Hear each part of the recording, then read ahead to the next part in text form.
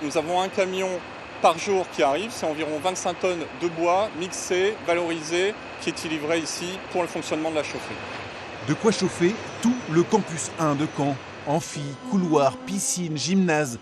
35 bâtiments, 135 000 mètres carrés. Alors pourquoi le bois? Parce qu'aujourd'hui, ce n'est pas une énergie fossile, ça nous permettait de réduire notre empreinte carbone. Certes, aujourd'hui, avec la crise énergétique, on a aussi un avantage financier, mais à la base, c'était vraiment pour s'inscrire dans une démarche écologique dans le chauffage de nos bâtiments. Et a priori, rien à craindre de cette fumée continue pour les riverains.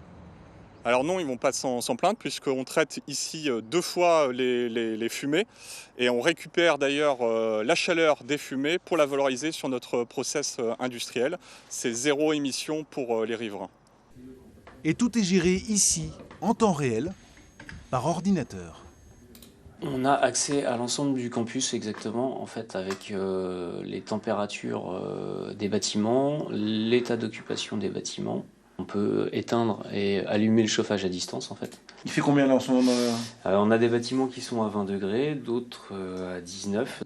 Normalement, oubliez les mauvais souvenirs, comme en 2016. Quand les élèves et les profs se les gèlent. Pulls et manteaux de rigueur, voire couverture pour les plus frileux. La cause, un gros tuyau souterrain d'alimentation d'eau chaude qui n'a pas résisté lors de la mise en pression du réseau. Sur les 3 km de vieux tuyaux souterrains, un tiers a été changé, mais le gros du travail est en attente.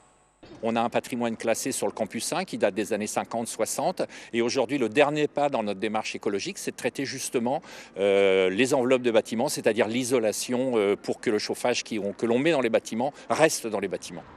Sauf que la facture s'élève là à 128 millions d'euros.